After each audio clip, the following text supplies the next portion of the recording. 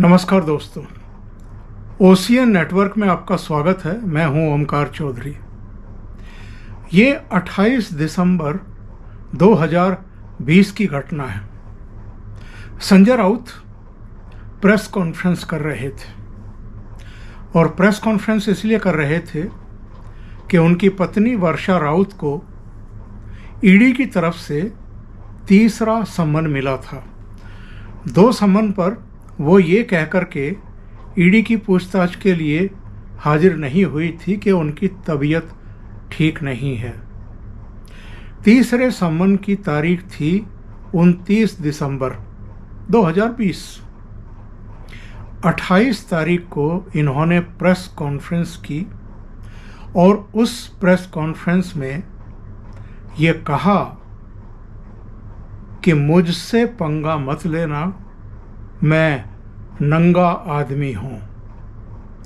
इतना ही नहीं, इनके कुछ समर्थकों ने, शिव सैनिकों ने प्रवर्तन निदेशालय का जो दफ्तर है मुंबई में, उस पर भारतीय जनता पार्टी के प्रदेश कार्यालय का बैनर भी टांग दिया था। और राउत ने क्या कहा था उस प्रेस कॉन्फ्रेंस में? इन्होंने कहा था कि मैं इस तरह की चीज़ों से डरने वाला नहीं हूँ। ईडी भाजपा के एजेंट की तरह काम कर रही है। मेरी पत्नी को सियासी विरोध की वजह से सम्मन भेजा गया है। हालांकि राउत ने यह भी कहा कि वो कानून का पालन करेंगे, यानी उनकी पत्नी इस तीसरे सम्मन पर पूछताछ के लिए ईडी के सामने पेश होगी। क्या सफाई दी थी तब संजय राउत ने? इन्होंने कहा कि ईडी ने 10 साल पुराना केस ढूंढ निकाला है। हम मिडिल क्लास के लोग हैं। मेरी पत्नी टीचर है। उसने अपने दोस्त से 10 साल पहले 50 लाख का कर्ज लिया था। इसमें ईडी और भाजपा को क्या तकलीफ है? इन्होंने ये भी धमकी दी कि मैं शिव सैनिक हूं, मेरे पास भाजपा की फाइल है, अगर उसे निकाला तो आपको नीरव मोदी और विजय माल्या की तरह देश छोड़कर के भागना पड़ेगा। मेरे पास 121 लोगों के नाम हैं, जल्दी ही ईडी को दूंगा। इतने नाम हैं कि 5 साल ईडी को काम करना पड़ेगा, तब ईडी को पता चलेगा कि किससे पंगा लिया है। राउत ने यह भी कहा था उस प्रेस कॉन्फ्रेंस में कि शिवसेना की तरफ से ऐसा ही जवाब मिलेगा। हमारे लिए ईडी जरूरी नहीं है, हमने कुछ भी गलत नहीं किया है। परिवार को निशाना बनाएंगे तो वैसा ही जवाब देंगे। इन्होंने ये भी कहा था कि अगर हमारे घर में घुसने की कोशिश करेगी ईडी या भारतीय जनता पार्टी तो हम मुंह तोड़ जवाब देंगे। और भाजपा को पीएमसी बैंक घोटाले की और एचडीआईएल की जानकारी हमने दी थी। ईडी भाजपा का दफ्तर बन गया है। भाजपा के कई नेता वहां आते जाते रहते हैं।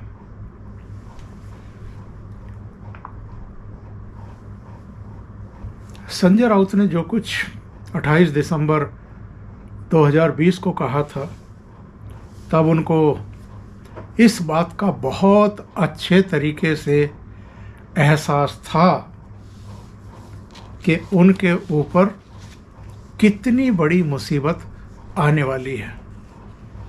उनको ये भी अच्छे से अंदाज़ा था कि उन्होंने 2010 और 11 में अपने मित्र प्रवीण राउत के साथ मिलकर के क्या गड़बड़ घोटाले कर रखे हैं और प्रवीण राउत से उन्होंने किस किस तरह के ऑब्लिगेशन ले रखे हैं। ईडी जब किसी पर हाथ डालती है तो बहुत तैयारी के साथ, पुख्ता दस्तावेजों के साथ ही डालती है।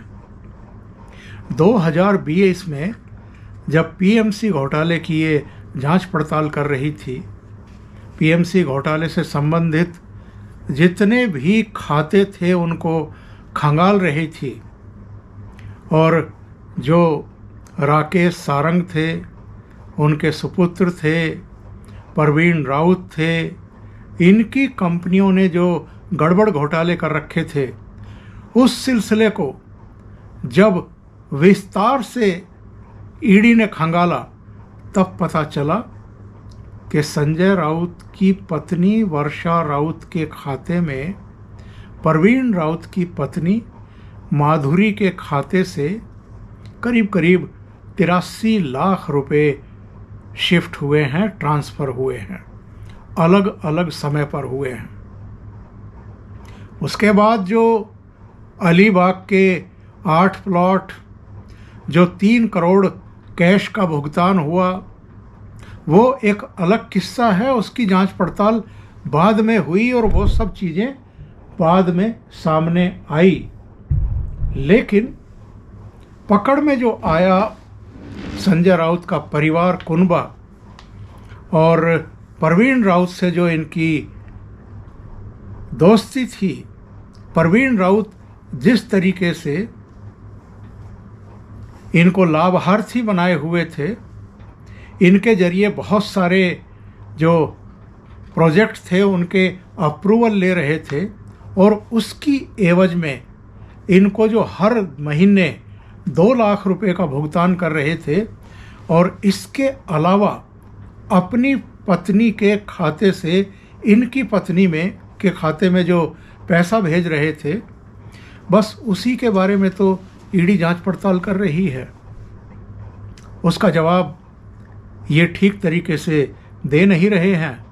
तो शनिवार को इनकी पत्नी वर्षा राउत को भी बुला लिया गया। जब पिछले रविवार को ईडी ने इनके घर पर छापा मारा था, उस समय 11.5 लाख रुपया कैश बरामद हुआ था। इनका कॉन्फिडेंस का लेवल देखिए। जबकि ईडी इनको 2 सम्मन भेज चुकी थी पूछताछ के लिए। एक दौर की पूछताछ इनसे 1 जुलाई को हुई थी, फिर इनको 20 जुलाई को बुलाया गया। इन्होंने कहा कि साहब संसद का सत्र चल रहा है, 7 अगस्त तक तो मैं आ ही नहीं सकता।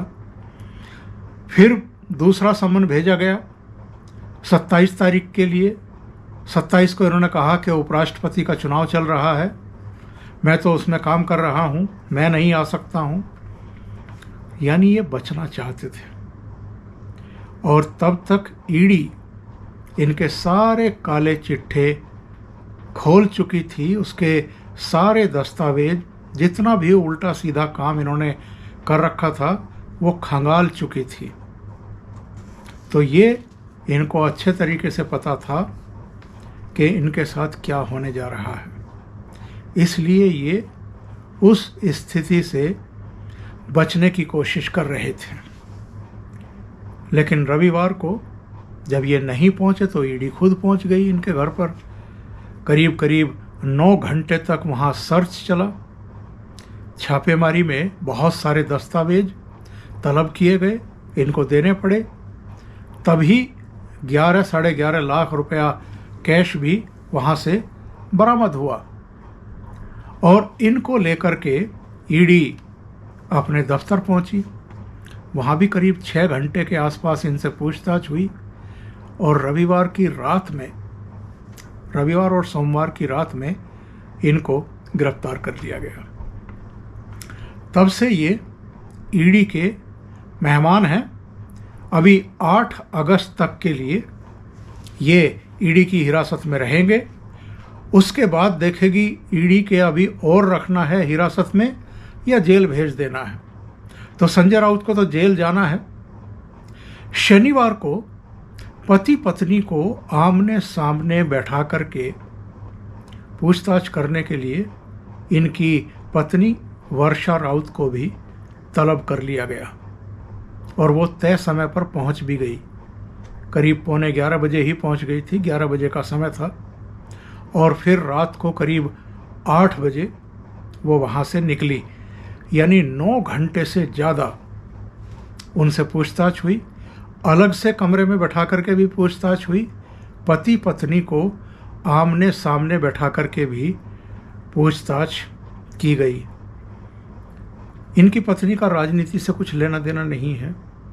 भांडुप में एक टीचर की भूमिका में वो कार्यरत हैं, लेकिन संजय राउत की कृपा से और प्रवीण राउत की कृपा से वो 3 कंपनियों की डायरेक्टर भी हैं। और इन 3 कंपनियों का अलग अलग काम है। एक तो राइटर एंटरटेनमेंट LLP, दूसरी सनातन मोटर्स प्राइवेट लिमिटेड और तीसरी सिद्धांत सिस्कोन प्राइवेट लिमिटेड। और ये जो राइटर एंटरटेनमेंट जो कंपनी है, इसने ठाकरे फिल्म का निर्माण भी किया था, यानी संजय राउत ने अपनी पत्नी को फिल्म निर्माता भी बना रखा है। अब ये जो ठाकरे फिल्म बनी थी, इसके निर्माण में जो पैसा खर्च हुआ था, अगर उसकी भी ईडी जांच पड़ताल कर ले तो उसको और भी पता लग जाएगा कि इसमें किस तरह का पैसा लगा था, किसका पैसा लगा था। और वर्षा राउत वो जो फिल्म निर्माण किया था, उसमें जो पैसा लगा था, वो कहाँ से लेकर के आई थी। अगर ये कहते हैं कि हम तो मिडिल क्लास आदमी हैं, मेरी पत्नी तो टीचर है, तो टीचर और मिडिल क्लास जो फैमिली है वो क्या फिल्म का निर्माण भी कर सकती है? ये अपने आप में जांच का विषय है। अब जो इनकी पत्नी से इंटरोगेशन हुआ 9.5 घंटे, जब वो बाहर निकली रात को 8 साढ़े 8 बजे, मीडिया के लोग इंतज़ार कर रहे थे। उन्होंने पूछा तो उन्होंने कहा कि मुझे जितना पता था वो सब मैंने ईडी को बता दिया है, अपनी तरफ से मैंने पूरा सहयोग किया है। और ये भी कहा कि अगर आगे मुझे बुलाया गया, ज़रूरत पड़ी, तो मैं फिर पूछताछ के लिए हाजिर हो जाऊंगी। लेकिन एक पॉलिटिकल बयान वो दे गई और संभवतः संजय राउत ने उनको ये पहाड़ा पढ़ा करके बाहर भेजा होगा। उन्होंने कहा, कुछ भी हो जाए हम उद्धव साहब का साथ नहीं छोड़ेंगे। इसका क्या मतलब है? यानी ये पूरी तरीके से इस पूरी प्रक्रिया को, पूरे घोटाले को एक दूसरा रंग देने का जो प्रयास संजय राउत शुरू से कर रहे हैं कि उनके पीछे ईडी को इसलिए लगाया गया है क्योंकि हम भारतीय जनता पार्टी के विरोध में राजनीति करते आ रहे हैं और हमें इसीलिए निशाना बनाया जा रहा है, हम कभी उद्धव ठाकरे का साथ नहीं छोड़ेंगे। आपको याद है जब 40 MLA शिवसेना के टूट करके सूरत के जरिए गुवाहाटी पहुंच गए थे, उस समय भी इन्होंने इसी तरह की बयानबाजी की थी कि मुझे भी ऑफर दिया गया था गुवाहाटी जाने का, मुझ पर भी प्रेशर है कि आप सरकार को तुड़वा दो, पर मैं उद्धव ठाकरे के साथ रहूँगा, मैं कहीं नहीं जाऊँगा। क्या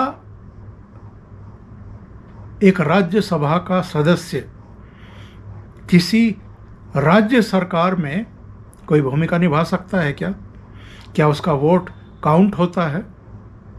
लेकिन इनको कुछ भी कहना था, केवल इसको राजनीतिक रंग देने के लिए जो ईडी की जांच पड़ताल उनके खिलाफ चल रही थी। वर्षा राउत ने तो कुछ खास बयानबाजी नहीं की, केवल एक ही राजनीतिक बयान दिया। लेकिन संजय राउत के जो छोटे भाई विधायक हैं सुनील राउत, वो भी अपनी भाभी के साथ वहाँ गए थे, बाहर इंतज़ार कर रहे थे। उनकी भतीजी यानी संजय राउत की जो बेटी है वो भी वहाँ पर मौजूद थी उर्वशी। सुनील राउत ने जरूर बयानबाजी की। उन्होंने कहा कि साहब 1,08,00,000 रुपया अगर वर्षा राउत के खाते में आए हैं तो उस पर ईडी सवाल पूछ रही है। मतलब सवाल नहीं पूछने चाहिए कि ये 1,08,00,000 रुपया आए कहाँ से। कोई अनजान व्यक्ति अगर बिना वजह आपके खाते में भेज रहा है तो ईडी को कोई हक नहीं है कि उससे पूछे कि आपके खाते में ये 1 करोड़ से ज़्यादा की एंट्री हुई किस काम की है। तो सुनील राउत का क्या कहना था? सुनील राउत बोल रहे हैं कि पात्रा चाल वाले मामले में तो केवल प्रवीण राउत को थोड़ा कॉन्ट्रैक्ट दिया गया था, कुल मिलाकर के 9 और लोग भी थे और जिनमें भारतीय जनता पार्टी के लोग भी थे। वो मोहित काम्बोज का नाम लेते हैं कि उनकी कंपनी को भी दिया गया था, तो उनके खिलाफ कार्रवाई क्यों नहीं हो रही है? इसके अलावा उन्होंने कैमरों पर नीरव मोदी का, विजय माल्या का, ललित मोदी का, पता नहीं किस किस का नाम ले दिया कि जी हजारों करोड़ रुपया लूट करके ये भाग गए। आजकल भारतीय जनता पार्टी की उनके खिलाफ कोई कार्रवाई करने की हिम्मत नहीं हुई, जबकि सब जानते हैं कि चाहे ललित मोदी हो, नीरव मोदी हो, विजय माल्या हो, मेहुल चोकसी हो, उनके खिलाफ बाकायदा कार्रवाई हो रही है। विजय माल्या से तो उतनी वसूली हो चुकी है जितना का लूटपाट उसने करके भागा था वो। अब तो उसके प्रत्यार्पण की तैयारी चल रही है जिसमें कुछ कुछ रोड़े वो वहाँ अटकाता रहता है। लेकिन इन लोगों को अभी भी राजनीतिक बयानबाजी सूझ रही है, जबकि ईडी का ये कहना है कि 2010-11 में प्रवीण राउत ने जो पैसे कमाए थे करीब 112 करोड़ के आसपास HDIL के जरिए, उसमें से ही संजय राउत और उनकी पत्नी को 1,08,00,000 रुपया दिया। इसके अलावा अलीबाग में जो 8 प्लॉट वर्षा राउत और सुजीत पाटकर की पत्नी, पूर्व पत्नी स्वप्ना पाटकर के नाम से साझा तौर पर खरीदे गए, उनका भी 3 करोड़ रुपया कैश में भुगतान किया गया है। ईडी का ये कहना है। और ईडी ने तो अभी हाल में जिनसे वो जमीन ली गई, यानी जिनको कैश में भुगतान किया गया, उन लोगों के बयान भी रिकॉर्ड कर लिए हैं। ये भी सूचना मिल गई है ईडी को कि इनमें से कई लोगों को तो धमका करके उनकी ज़मीनें खरीदी गई हैं और उनको कैश दिया गया है। तो ये बहुत बुरी तरीके से फंसे हुए हैं। और जो 55 लाख एक बार और बाकी का दूसरे उसमें पैसा आया था माधुरी राउत के खाते से वर्षा राउत के खाते में, उससे इन्होंने दादर में फ्लैट लिया था, वो भी अटैच कर चुकी है ईडी। जो अलीबाग के प्लॉट थे और एक घर था वो भी अटैच कर चुकी है। कुल मिलाकर के इसी अप्रैल में 11 करोड़ से ज़्यादा की संपत्ति अटैच हुई थी, जिसमें से 9 करोड़ की संपत्ति तो प्रवीण राउत की है और बाकी संजय राउत, वर्षा राउत की है। इन्होंने कहा कि साहब पूछताछ हुई और पूछताछ के बाद वर्षा राउत को छोड़ दिया गया। ये सुनील राउत का बयान है, स्टेटमेंट है कि छोड़ दिया गया। इसका मतलब ये है कि संजय राउत को और सुनील राउत को ये अच्छे तरीके से पता है कि चूंकि ये सारा गुलगपाड़ा वर्षा राउत के खाते से हुआ है या उनके जरिए हुआ है, उनके नाम ही ये सारे प्लॉट और जितने भी ये फ्लैट हैं वो हैं, इसलिए संजय राउत तो गिरफ्तार हो चुके हैं, वर्षा राउत भी किसी भी समय गिरफ्तार हो सकती है। तो ज़रा उस बयान को एक बार फिर याद कर लीजिए जो इन्होंने 28 दिसंबर 2020 को दिया था। मुझसे पंगा मत लेना, मैं बहुत नंगा आदमी हूँ। अब ज़रा ये फिर से वो बयान दें तो इनको पता लगेगा कि इस तरह के बयान देने का और लोगों को ईडी को धमकाना या भारतीय जनता पार्टी को धमकाना कितना महंगा पड़ सकता है। अभी के लिए इतना ही। बहुत बहुत धन्यवाद। अगर आपको ये चैनल और इसके कंटेंट पसंद आ रहे हैं तो लाइक करें, कमेंट करें, वीडियो को शेयर भी करें। अभी तक अगर आपने ये चैनल सब्सक्राइब नहीं किया है तो सब्सक्राइब कर लें और साथ में लगे बेल आइकॉन को दबा दें ताकि आगे आने वाले वीडियो और उनके नोटिफिकेशन आप तक पहुंचते रहें। बहुत बहुत धन्यवाद। नमस्कार।